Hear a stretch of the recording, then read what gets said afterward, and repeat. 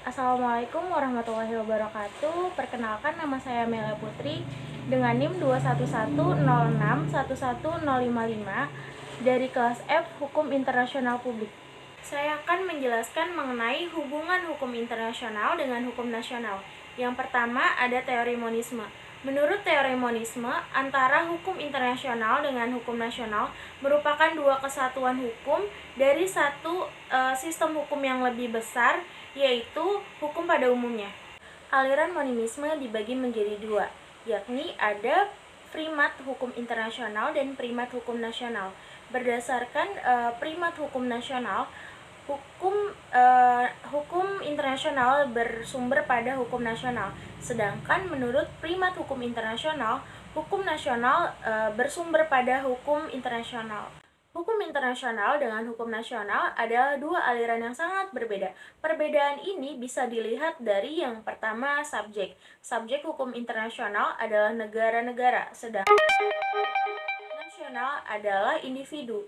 Yang kedua dari sumber hukum. Sumber hukum internasional itu berdasarkan kesepakatan negara-negara, sedangkan sumber hukum nasional adalah negara itu sendiri. Yang ketiga, integritas hukum internasional itu lebih sempurna dibandingkan dengan hukum nasional. Selanjutnya, hukum nasional di depan pengadilan internasional. Yang pertama, suatu negara tidak dapat menggunakan hukum nasional selama bertentangan dengan hukum internasional. Yang kedua, suatu negara tidak dapat menggunakan alasan ketiadaan hukum nasionalnya untuk menjustifikasi pelanggaran hukum internasional. Selanjutnya, tanggung jawab internasional timbul apabila hukum nasional gagal memenuhi kewajiban internasionalnya.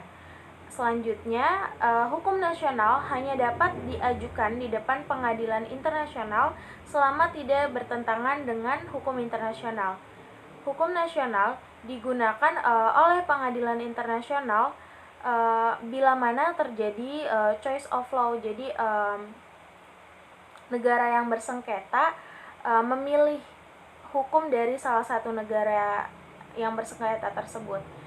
Selanjutnya ada pengadilan internasional bisa memutus bahwa suatu hukum nasional tidak memenuhi kewajiban hukum internasional.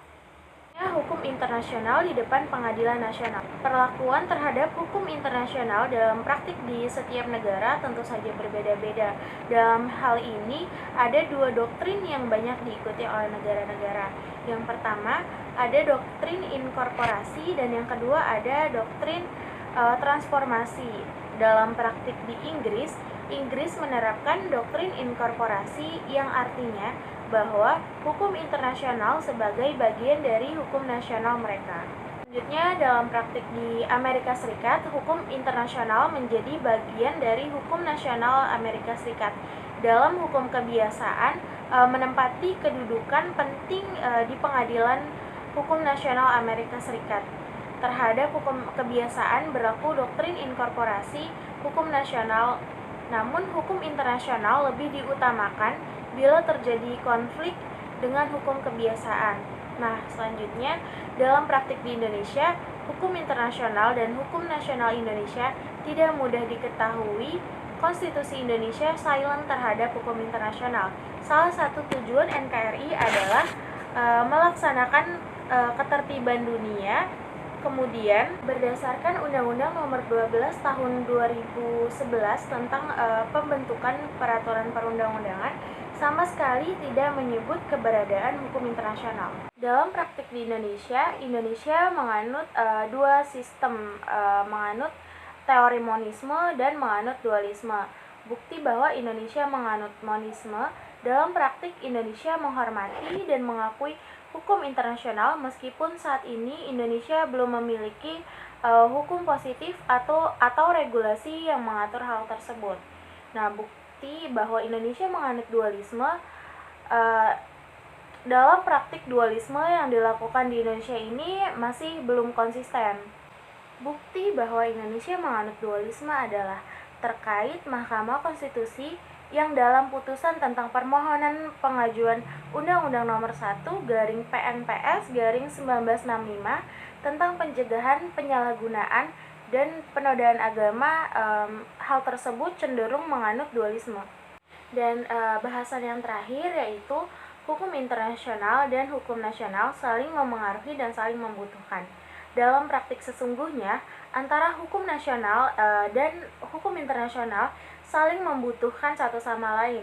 Yang pertama, hukum internasional akan lebih efektif bila ditransformasikan ke dalam hukum nasional.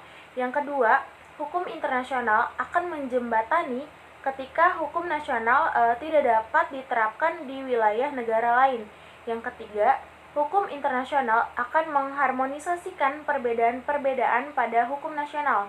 Yang keempat, hukum internasional banyak tumbuh dari berbagai macam negara. Hukum nasional berbagai macam negara maksud saya.